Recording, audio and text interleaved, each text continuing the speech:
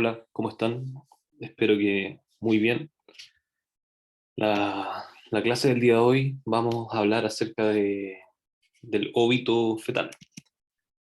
Como introducción, el óbito es un evento poco frecuente, pero de gran repercusión afectiva, tanto para los padres como para los involucrados y para su entorno. Llámese involucrado tanto el médico ginecólogo como también el matrón o la matrona y en general el equipo de salud que se compone en ginecología. Un evento no previsto y normalmente es un hallazgo. El equipo de salud debe estar preparado para lograr afrontar bien este momento y orientar a los padres en relación al diagnóstico y cómo va a ser la resolución de este evento, y así el equipo de salud también pueda contener, consolar y evitar la sensación de culpa en los padres. La definición de óbito: el óbito viene de la palabra en latín obitus, que significa fallecimiento de una persona. Se define como un feto sin signos de vida. Aquí llamamos signos de vida a signos de respiración, latidos cardíacos fetales, pulsación del cordón o movimientos musculares voluntarios que se da antes de la separación completa de la madre.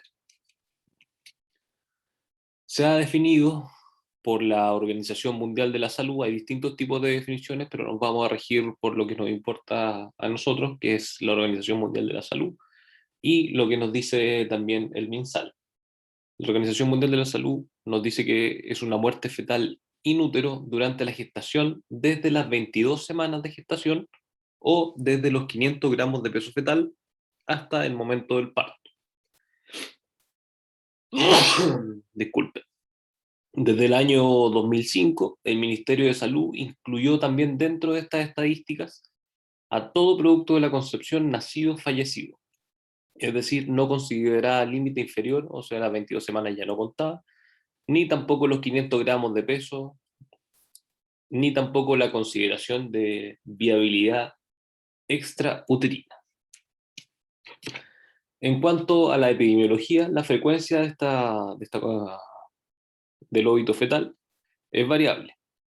Claramente este está asociado al nivel del desarrollo del país. Según algunos datos de la Organización Mundial de la Salud, al año 2004 la tasa de óbito fetal era de 23,9 por cada 1.000 nacidos vivos.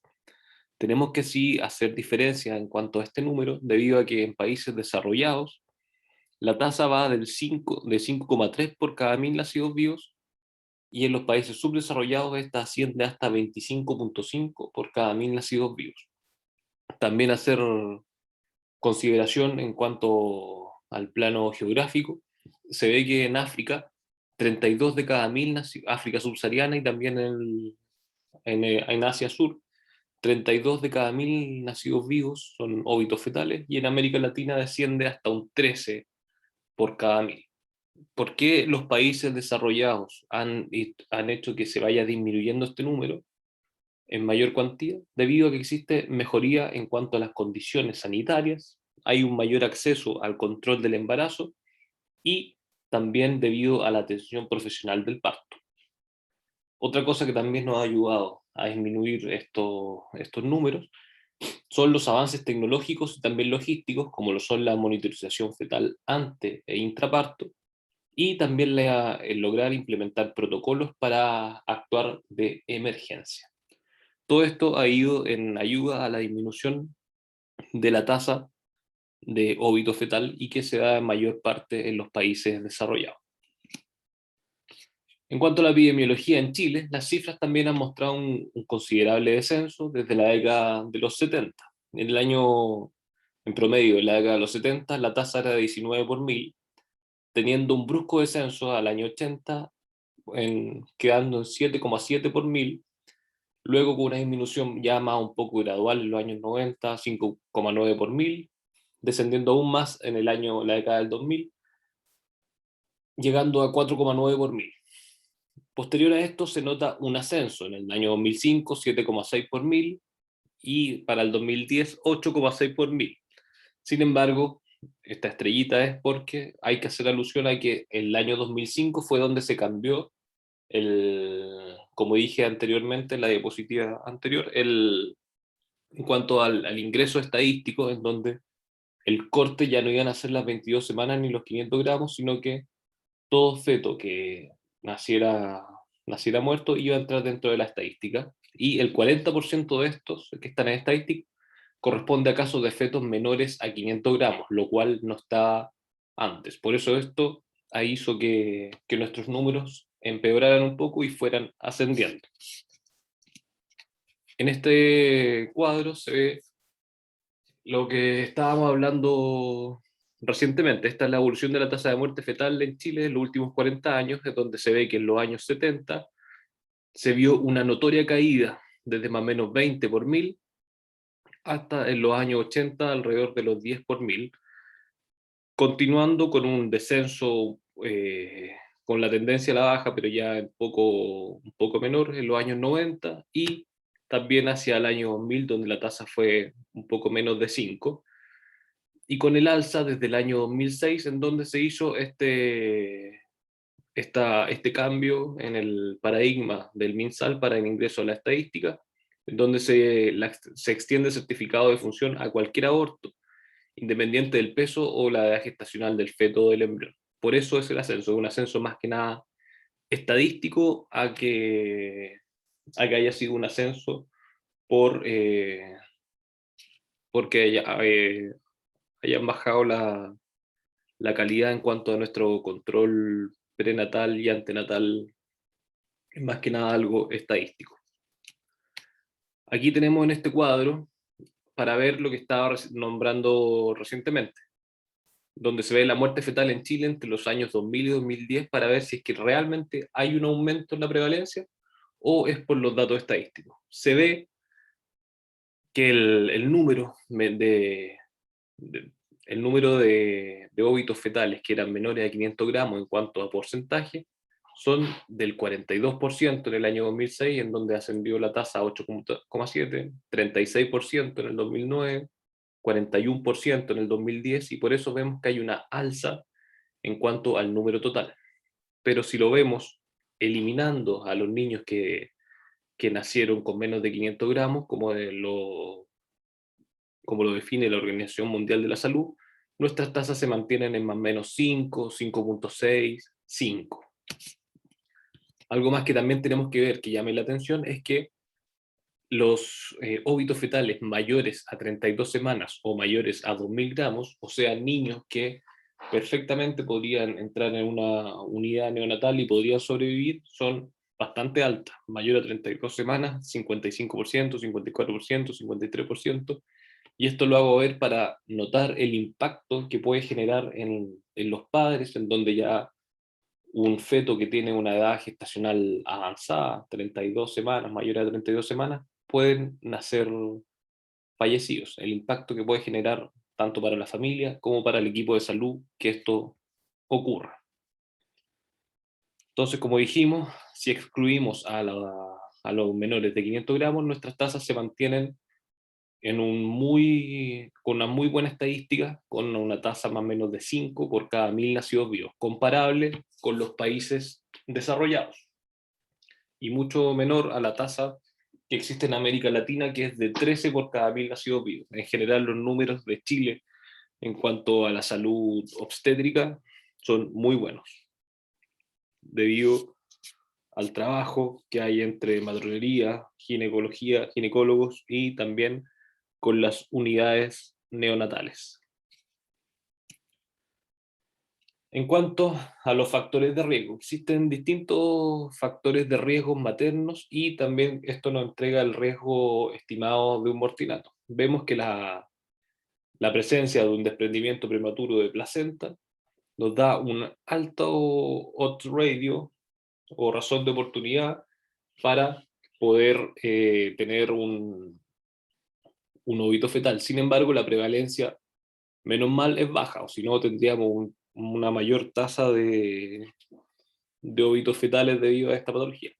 La restricción del crecimiento fetal también nos da una tasa de más o menos una razón de oportunidad de 3,9, la diabetes preconcepcional 2,9, la fertilización in vitro con embarazo único 2,7, un mortinato previo también asciende el riesgo en 2,6 veces, la hipertensión arterial crónica en 2,58, la edad mayor de 40 años 2,29, la obesidad mórbida, o sea, un IMC sobre 40 también nos aumenta el riesgo en 2 veces, el uso de drogas ilícitas en 1,91 veces, edad por sobre 35 años 1,65 veces, la obesidad, o sea, un IMC entre 35 y 40, 1,63, la preeclampsia aumenta el riesgo en 1,6 veces, el uso de tabaco también aumenta el riesgo cuando son más de 10 cigarrillos al día, 1,36 veces, el embarazo de postérmino también aumenta el riesgo de óbito fetal en 1,3 veces, y el sobrepeso, o sea, un IMC entre 30 y 35, también va a aumentar nuestro riesgo en 1,25 veces. En los países desarrollados, la disminución en las tasas de esta muerte fetal ha sido mínima en las últimas décadas, porque los números son muy buenos en realidad, pero de todas formas hay que buscar alguna estrategia para disminuir esta mortinatalidad. Y la estrategia que han tomado estos países es lograr identificar y tratar los factores de riesgo para así ir en mayor disminución de la tasa de óbito fetal. En un estudio que se publicó el año 2011, en donde se evaluaron varios estudios en cuanto a estudios poblacionales estudios poblacionales que analizaron los factores de riesgo, y se vio que desde el punto de vista de impacto poblacional, los mayores riesgos para tener óbito fetal son la obesidad, la edad materna y el tabaquismo, siendo la obesidad el mayor factor de riesgo o el que está más asociado a óbitos fetales. Casi en el 50% de los óbitos fetales la paciente era obesa. La edad materna también aumenta el riesgo progresivamente a partir de los 35 años. Así, comparado con una madre menor a esta edad, la paciente tendrá un riesgo de 1,5 veces mayor cuando tiene entre 35 y 40, 2 veces mayor entre 40 y 45, y es hasta 3 veces más el riesgo cuando las madres tienen sobre 45 años. En cuanto a los factores de riesgo modificables, los de mayor importancia son el uso del tabaco, la obesidad, la ausencia de control prenatal, el uso de drogas ilícitas, el bajo nivel socioeconómico y también educacional. Y otros factores de riesgo también importantes son patologías crónicas maternas, como la hipertensión, la diabetes mellitus, insuficiencia renal, patología tiroidea, enfermedades del mesénquima y también las enfermedades reumatológicas. En cuanto a la evaluación clínica, tenemos que hacer una adecuada evaluación clínica para poder descubrir cuál es la etiología por el cual ocurrió el óbito fetal. Esta evaluación nos va a lograr explicar el evento actual, hacer una ordenada elaboración del duelo por los padres, sabiendo cuáles son las causas por cuál se originó el óbito, y también como estrategia preventiva acorde para la siguiente gestación, para el próximo embarazo. Dentro de las causas tenemos que dividirlas en causas fetales, causas placentarias, causas maternas y también las causas idiopáticas. Las causas fetales más comunes son la hipoxia, antes llamada asfixia perinatal, las malformaciones, las cromosomopatías. En cuanto a las causas placentarias, la restricción del crecimiento intrauterino, el desprendimiento prematuro de placenta normo inserta, también las patologías de cordón, causas maternas como son las infecciones y también las comorbilidades, y también pueden ocurrir causas idiopáticas o que no se encuentre la causa por la cual fue el óbito fetal. Esta es una tabla en donde se ve la muerte fetal en Chile, comparada desde el 85 hasta el año 2010, y ver cuál es la caracterización clínica de este. se ve que las muertes fetales siempre han sido lideradas tanto por las causas fetales como por las causas placentarias, siendo esta más o menos un tercio cada una. A lo largo de los años que se han ido estudiando, se ve que hay un aumento en las causas fetales y también disminución proporcional en las causas placentarias. Y las causas maternas, se ha visto que en los últimos 10 años se ha ido incrementando y tomando mayor relevancia, alcanzando hasta el 20% de los casos. ¿Por qué se ve esto? Debido a que las madres están cada vez prolongando, o postergando la edad en la cual se embarazan. Y vimos que a mayor edad materna, mayor es el riesgo de óbito fetal. Y también debido a que ha aumentado en gran consideración tanto el sobrepeso como la obesidad. Y vimos que las causas una de las causas más, uno de los factores de riesgo más importantes, si es que no el más importante, es la obesidad materna, que también va a conllevar a tener patologías crónicas, como son la hipertensión arterial, diabetes mellitus, y en menores casos patología renal y otro tipo de enfermedades más. Por eso se ha visto que la causa materna ha ido aumentando, no logrando equiparar aún las causas placentarias y fetales, que son las que llevan la delantera, pero sí se ha visto un aumento con el correr de los años, lo que debería tender a seguir aumentando. En cuanto a las causas fetales, vamos a ver cuáles son las más comunes y cómo ha ido evolucionando a través de los años. Las malformaciones congénitas siempre teniendo una alta tasa, la restricción del crecimiento fetal, las anomalías cromosómicas, la asfixia intraparto, la cual después desaparece porque pasa a llamarse hipoxia intrauterina, que también abarca una gran cantidad del porcentaje de mortalidad por parte fetal, las infecciones, la hemorragia fetomaterna y otro tipo de causas. Siempre las malformaciones y las cromosomopatías se mantienen dentro de los primeros lugares, tienen un lugar ahí. Después vamos a ir hablando de eso, cuáles son las causas más frecuentes. En cuanto a las causas fetales, vamos a ver las malformaciones, van a ser parte del 15 al 20% de los óbitos. Pueden ser por causas genéticas o multifactoriales. ¿Y cómo sabemos que se nos da este porcentaje?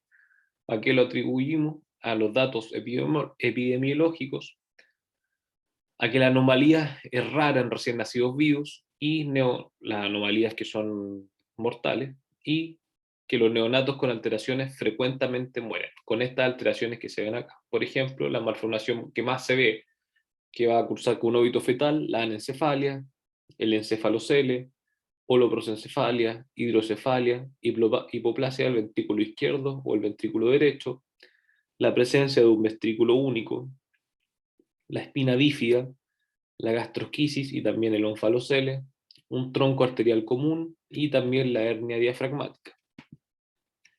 Dentro de otras causas fetales también tenemos las alteraciones cromosómicas, que dan parte más o menos del 8 al 13% de los óvitos fetales.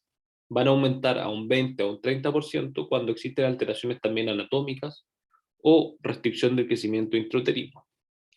Normalmente tenemos la diada de óbito con un cariotipo alterado. ¿Cuáles son los cariotipos más comúnmente causantes de óbitos fetales? La monosomía X, la trisomía 21, la trisomía 18 y también la trisomía 13.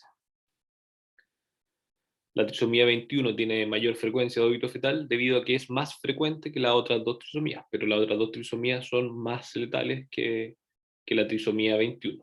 Incluso no, trisomía 18 perdón, y 13 no son compatibles con la vida. En cuanto a alteraciones placentarias, tenemos la restricción del crecimiento intrauterino. La restricción del crecimiento intrauterino, la etiopatogenia, es por una insuficiencia placentaria. El riesgo de óbito es hasta 3 a 7 veces versus un feto normal. En la tabla que tenemos abajo, tenemos los distintos tipos de restricción del crecimiento intrauterino. El color morado ve los fetos que están bajo el percentil 10, el rojo entre el 5 y el 10, el azul entre el 3 y el 5, y el verde cuando el percentil es menor al 3 o una restricción severa. Y así vemos cómo los que están bajo el percentil 3 tienden a tener una tasa mayor de óbitos, y a nivel que va pasando la edad gestacional, estos comienzan a aumentar en cuanto a su prevalencia. Se ven todos que después de las 40, 41 semanas, la prevalencia comienza a aumentar, pero mientras más pequeños, mientras más restringidos son, mayor riesgo tienen de presentar un óbito fetal. Por eso se van a hacer inducciones cuando las pacientes tienen restricción de crecimiento intrauterino a edades gestacionales menores, para evitar el riesgo de óbito fetal y que la placenta se vuelva más insuficiente aún para poder alimentar al bebito que está en el útero materno. Otra causa placentaria son el desprendimiento de placenta normoinserta. Habitualmente el desprendimiento de placenta es un cuadro clínico en el cual se produce un aumento del tono del útero asociado con metrorragia y, eh, y cambios en la frecuencia cardíaca fetal, con presencia de desaceleraciones, disminución de la variabilidad, con un deterioro de la unidad fetoplacentaria. Habitualmente esto se ve acompañado de cambios isquémicos en la corio decidua. No siempre va a existir hematomas retroplacentarios cuando se hace el análisis posterior histológico de la placenta. La incidencia va de un 1 a un 3,8%. El 50% de los desprendimientos de placenta se ven asociados a pacientes preeclámpticas y nos genera una mortalidad perinatal alta de más o menos un 20 o un 35%. La sensibilidad ecográfica para hacer el diagnóstico de desprendimiento de placenta no es muy buena, por eso la mayoría de las veces el diagnóstico es un diagnóstico clínico. Cuanto a la patología del cordón, se ve que hasta el 30% de los recién nacidos vivos reportan anomalías. Pueden ser circulares verdaderas. ¿Cómo podemos hacer para atribuir casualidad a alguna patología del cordón? Cuando no hay evidencia de obstrucción o compromiso, cuando hay evidencia de obstrucción o de compromiso de la circulación por medio de histopatología, y cuando las otras causas están excluidas. En cuanto a las causas maternas, la causa infecciosa es más frecuente a menor edad gestacional. Se ha visto que el 19% de los óbitos antes de las 28 semanas son relacionados con causa infecciosa, disminuyendo en embarazo de término tan solo al 2%. En países de bajo nivel socioeconómico, hasta el 50% de todos los óbitos se ven asociados a causa infecciosa. Estas causas infecciosas pueden ser dadas por una infección materna grave, como puede ser una neumonía adquirida en la comunidad, una pielonefritis aguda, también la disfunción placentaria secundaria que se da con el contagio de la malaria. Normalmente esto se ve en África subsahariana. Infecciones fetales como el estreptococo del grupo B, la listeria, Escherichia coli, citomegalovirus y parvovirus, que son los que más comúnmente pueden generar óbitos fetales prematuros, y también el virus del Zika. Puede coexistir este óbito fetal con una aportación materna asintomática. ¿Cómo podemos entonces hacer la correlación y sospechar de que es por causa infecciosa? Correlacionando la clínica de la paciente o del feto, y ver los hallazgos histológicos posteriores cuando se realice el examen postnatal. Causas del óbito fetal. Acá se ve que en las complicaciones obstétricas, como un desprendimiento placentario, gestación múltiple, parto prematuro, se asocian casi un 30% de las causas de óbito fetal.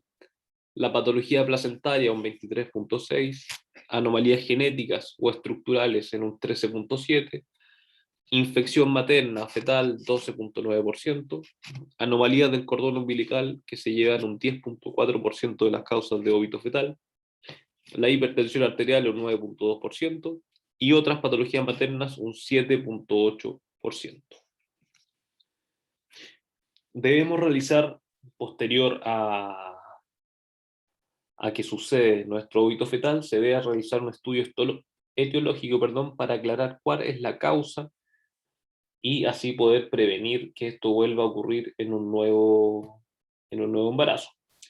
Dentro de la aproximación etiológica debemos incluir el estudio materno, el estudio fetal y también el estudio de la placenta. Este debe ser tanto clínico como de laboratorio. Nos va a entregar respuesta a la causa del problema en hasta el 70% de los casos y también, como dijimos, podemos determinar riesgos de recurrencia y así establecer un manejo clínico para el siguiente embarazo. Dentro del estudio etiológico, como dijimos, lo vamos a separar en tres. Tenemos el estudio materno, donde tenemos que realizar una acabada anamnesis personal, familiar, laboral, tanto de la madre como del cónyuge. Examen físico completo a la madre. Cuando se realiza el diagnóstico anteparto de óbito fetal, tenemos que realizar una amniocentesis cuando se pueda, porque cuando se realiza la amniocentesis previo al anteparto, va a tener mejor correlación con el diagnóstico. Cuando se realiza esta amniocentesis posterior al parto, disminuye nuestra sensibilidad para ir en búsqueda de la causa. Por eso la amniocentesis se realiza previo. También un test de detección de hemorragias fetomaternas, muestra sanguínea materna en la cual vamos a pedir los exámenes en lo cual estemos sospechando. Más adelante vamos a hablar un poco más detallado de eso. Toxicológico en caso de sospecha y el estudio posparto dependiendo de la sospecha clínica que tengamos de la causa del óbito fetal. En cuanto al estudio fetal, un examen físico macroscópico que lo debe realizar el pediatra o el genetista, si es que contamos con genetistas en nuestro centro, y también nos puede servir una radiografía de cuerpo entero. Se debe recomendar en todas las pacientes realizar una autopsia. ¿Por qué realizar la autopsia? Para poder ver finalmente cuál fue la causa materna, perdón, cuál fue la causa de la muerte y así poder prevenir para un próximo embarazo que esto vuelva a ocurrir. Siempre que se pueda, hay que realizar la autopsia. Esto depende de los padres, no todos van a querer, ¿ya? Por eso, en caso de negativa, también podemos realizar una autopsia parcializada más una resonancia nuclear magnética para ir en busca de cuál puede ser la probable causa. Estas son las alternativas que tenemos a la autopsia, por ejemplo, un examen placentario macroscópico y microscópico y examen fetal externo por patólogo especialista, lo cual incluye mediciones, radiografías y fotos. ¿Qué beneficios y limitaciones tenemos? Nos permite identificar síndromes, anomalías congénitas, displasias esqueléticas, el tiempo de la muerte y también anomalías del crecimiento. Puede lograr detectar infecciones placentarias, lesiones vasculares y también patología del cordón. El examen fetal externo e interno por patólogo especialista sin extraer órganos y sin examinar el cerebro permite entregar el cuerpo a la familia con todos sus órganos, puede omitirse patología del sistema nervioso central, permite detectar anomalías internas y el rol de la infección fetal. Si se hace una autopsia respetando el encéfalo, de los beneficios de la autopsia completa omitiendo la patología del sistema nervioso central. Resonancia nuclear magnética con o sin biopsia dirigida es buena para identificar patología del sistema nervioso central. Puede omitir otras anomalías especialmente cardíacas, infección no detectable excepto con biopsia con aguja. Y el ultrasonido puede evaluarse el encéfalo, riñones y abdomen, no tan buena como una resonancia para el sistema nervioso central. O sea, tenemos distintas alternativas a la autopsia, pero sin embargo, el gold standard para el estudio fetal sería una autopsia. En cuanto a la evaluación materno-fetal placentaria, cuando existe la muerte anteparto, bueno, el estudio materno fetal ante la ocurrencia de la muerte fetal va a ser la piedra angular para llegar a un diagnóstico etiológico y así lograr conocer la probabilidad de recurrencia y la forma que tenemos para disminuir este riesgo en un próximo embarazo. Es importante enfatizar su utilidad ante los padres que en primera instancia, bajo su compromiso emocional, podrían rechazar cualquier tipo de estudio. Por eso tenemos que tratar de insistir para ir en búsqueda de disminuir el riesgo en un próximo embarazo. El estudio materno y placentario no debería generar resistencia. En caso de la autopsia, debe recomendarse, aunque en caso de negativa se pueden sugerir los estudios alternativos que nombramos recientemente, como lo son la resonancia, las radiografías, ecografías y también biopsias selectivas. En cuanto a la evaluación básica del anteparto, como ya dijimos, tenemos la historia obstétrica y también los exámenes que son indispensables. Dentro de la historia obstétrica, anamnesis personal y familiar presente y pasada de ambos cónyuges, consentimientos para autopsia, estudio placentario y también análisis citogenético, amniocentesis para cariograma, guardar líquido amniótico para futuro análisis, y el test de hemorragia feto-materna y toma de suero materno para un estudio posterior selectivo, dependiendo de las causas que estemos sospechando. La evaluación básica al momento del parto, la placenta y el feto para estudio anatomopatológico. Enviar siempre la placenta a estudio anatomopatológico, siempre la placenta. Y si no hay consentimiento para el estudio fetal, como en la autopsia, si hay sospechas de anomalías del sistema nervioso central, realizar una resonancia nuclear magnética fetal. Si hay sospecha de anomalías no del sistema nervioso central, realizar radiografías fetales y discutir la autopsia selectiva, que fue lo que nombramos anteriormente. En cuanto a la evaluación básica del posparto, realizando una investigación materno-fetal selectiva según síntomas y signos de enfermedad materna. Si sospechamos en hipertensión y cosas relacionadas con la hipertensión, precisar la proteinuria, una uricemia, la creatinina, y si es que existe algún compromiso hematológico.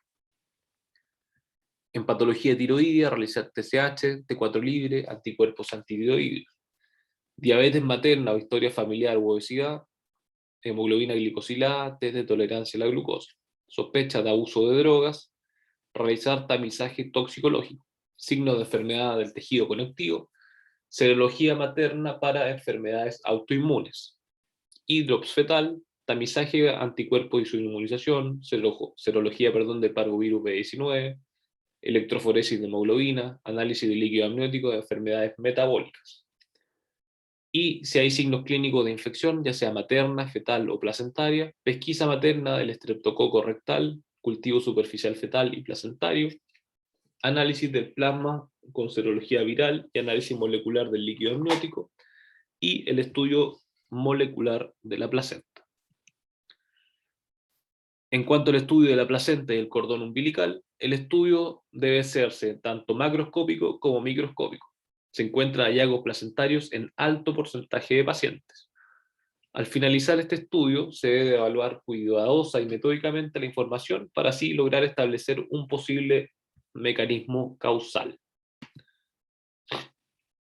En cuanto al próximo embarazo y el consejo para el próximo embarazo, se debe considerar una consejería genética.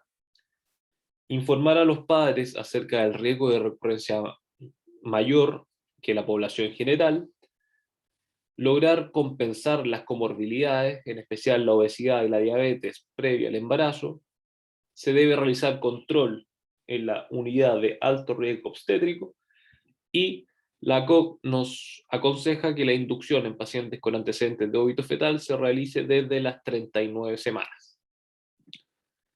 Entonces, manejo en embarazo posterior, se realiza una consulta preconcepcional o prenatal, inicial, post-evento adverso, en donde debemos realizar nuevamente una detallada historia médica y obstétrica personal y familiar, que incluye también la del cónyuge, evaluación detallada del mortinato anterior, ver si es que se descubrió cuál fue la causa y si es que esta causa puede generar recurrencia, determinar el riesgo de recurrencia, suspender tabaco, alcohol, drogas ilícitas, bajar de peso en mujeres obesas en la preconcepción, consejo genético si este procede, caso a caso realizar exámenes de diabetes, trombofilias, patologías inmunológicas, determinar si es que hay algún suplemento alimenticio que se necesite, manejo específico de condiciones crónicas maternas, si es que esto procede, y evaluar la consolidación de la etapa de duelo, y considerar apoyo psicológico si es que encontramos que es necesario.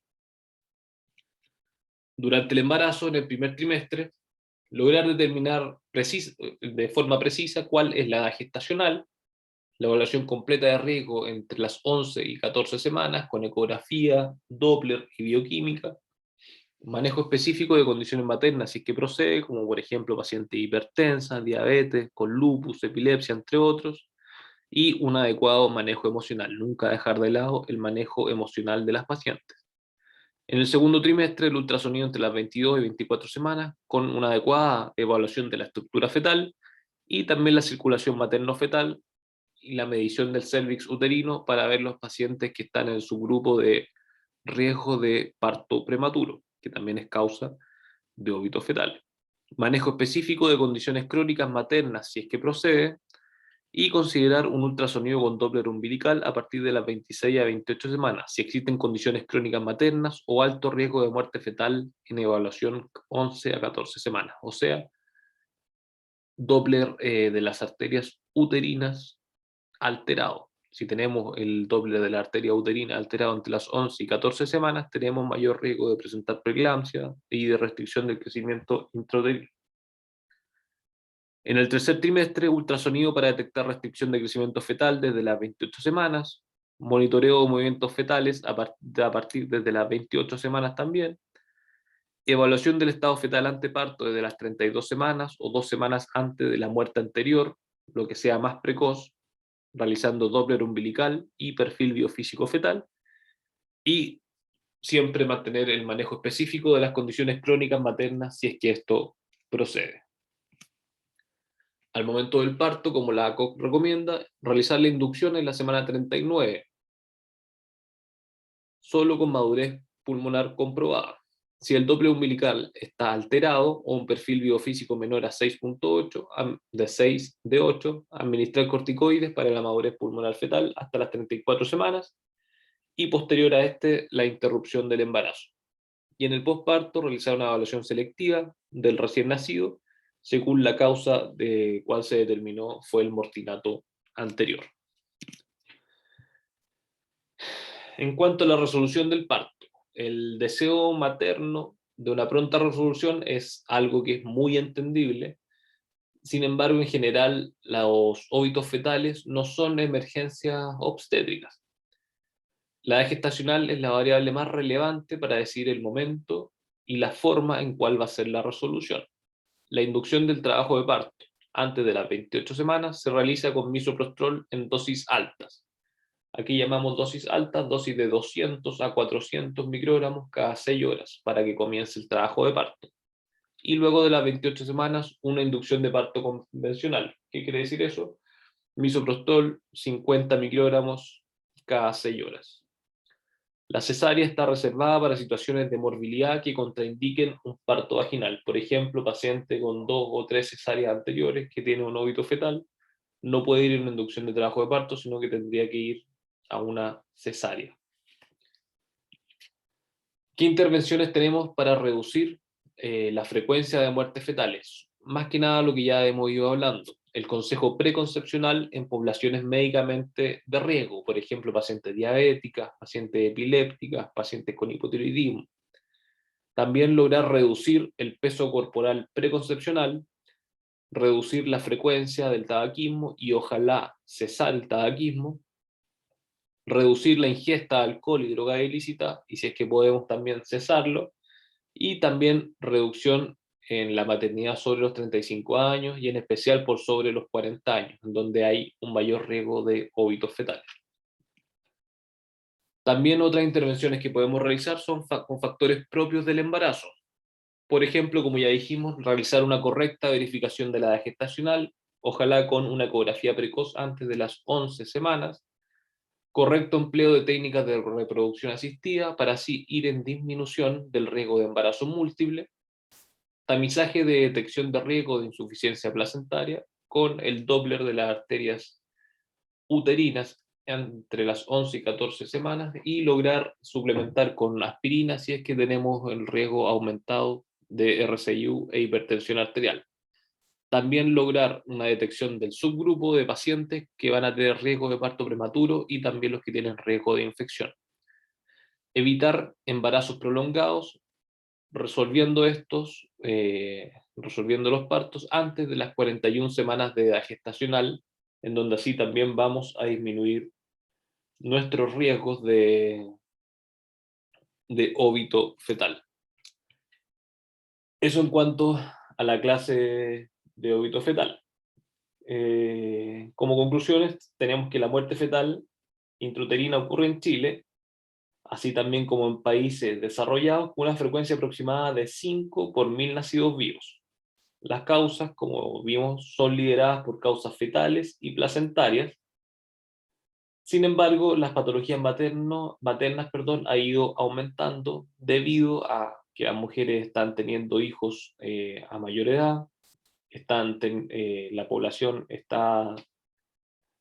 hay una gran prevalencia en cuanto a la obesidad, y lo que lleva la obesidad y también pacientes de mayor edad es a que tengan patologías crónicas, que también va a aumentar el riesgo, como lo son la hipertensión arterial y también la diabetes mellitus.